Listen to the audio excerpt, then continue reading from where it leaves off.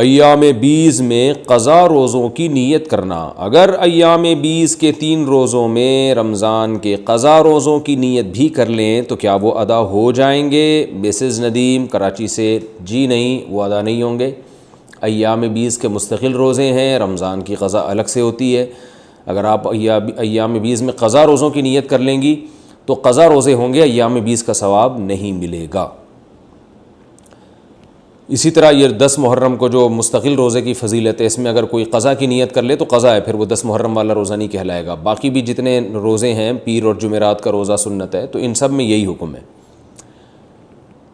ہمارے زمانے میں زنا کی توبہ کیسے ہو؟ محمد فائق صاحب بھوپال سے پوچھتے ہیں، اس زمانے میں زنا کی توبہ کیا ہے؟ یہی ہے کہ بس اللہ کے سامنے گڑ گڑائے، کیونکہ بہت بڑا جرم ہے۔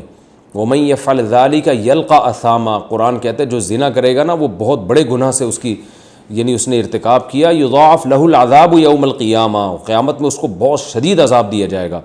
اس لیے بڑا سخت جرم ہے، ہلکا جرم نہیں ہے۔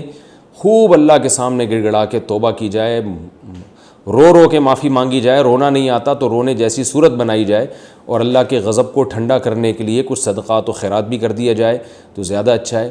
اور ساتھ ساتھ پھر آئندہ ایسا کام ہی نہ کیا جائے جس سے اس گناہ کی طرف رغبت ہو، یعنی اس گناہ تک پہنچانے کے تمام ذرائع اور وسائل کو بند کر دیا جائے، یہ سچی توبہ ہے۔